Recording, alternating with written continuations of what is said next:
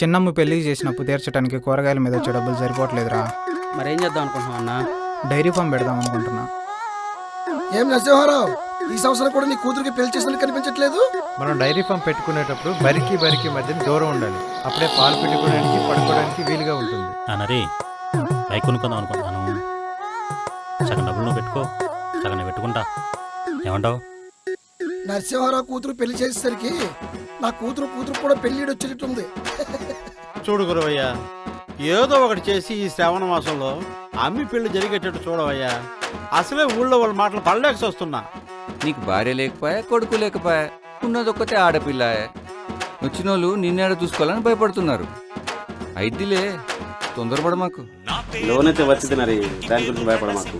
కాకపోతే బ్యాంక్ వాళ్ళ ఎంక్వైరీకి వచ్చే ముందు చెప్తా. ఆ పక్కింటి వాళ్ళ 2 బర్రెలు తెచ్చి ఇంటి ముందు కట్టే. నరసింహారావు, నీ కూతురు పెళ్లి చేయడం నీకు చేత కాదు గాని మా వాళ్ళల్లో 2వ పిల్ల అబ్బాయి ఉన్నాడు, మాట్లాడమంటావా? ఎవరికైనా పెళ్లి చేయడం చేతకాంతి? ఏయ్, మీకు ఇదే చెబుతున్నా. ఈ ఊర్లో ఎవరు ఇవ్వనంత కట్నం ఇచ్చి ఎవరు చేయలేనంత ఘనంగా నా కూతురు పెళ్లి చేస్తా. చూస్తూనండి యాదవల్లారా.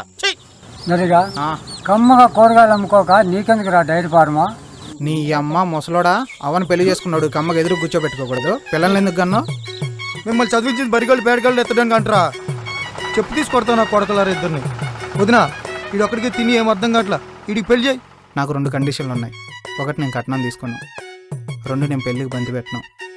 నీకు కావాలంటే ఒక ఫోటోగ్రాఫర్ని పిలుస్తా, అంతే. నాకో కండిషన్ ఉంది. ఒక అబ్బాయిగా నువ్వు సంపాదించిన డబ్బు నీ ఫ్యామిలీ కోసం ఖర్చు పెట్టే రేట్ నీకెంతుందో, ఒక అమ్మాయిగా నేను సంపాదించిన డబ్బు నా ఫ్యామిలీ కోసం ఖర్చు పెట్టే రేట్ నాకు అంతే ఉంది. మా నాన్నకంటూ ఎవరూ లేరు, నేనే చూసుకోవాలి.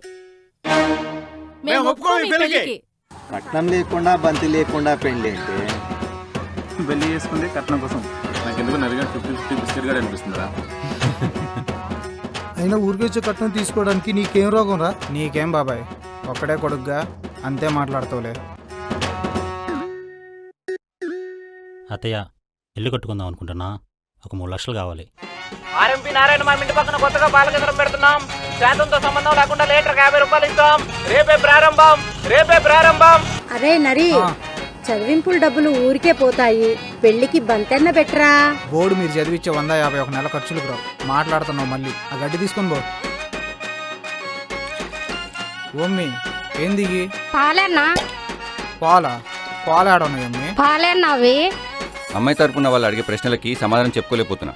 ముందు మీ వాడిని కట్నం తీసుకోవడానికి ఒప్పించు, తరువాతే సంబంధాలు వెతికేది.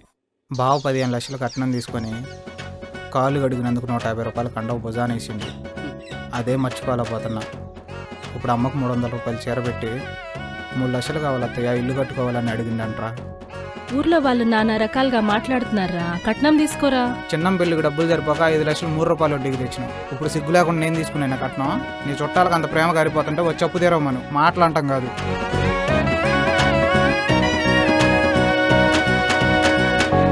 నేనేం అన్యాయంగా అడగడం లేదే. ఆడపిల్లకి ఆస్తులు సగభాగం ఉందని చట్టమే చెబుతుంది. ఉన్నదే ఇవ్వమని నేను అడుగుతున్నాను.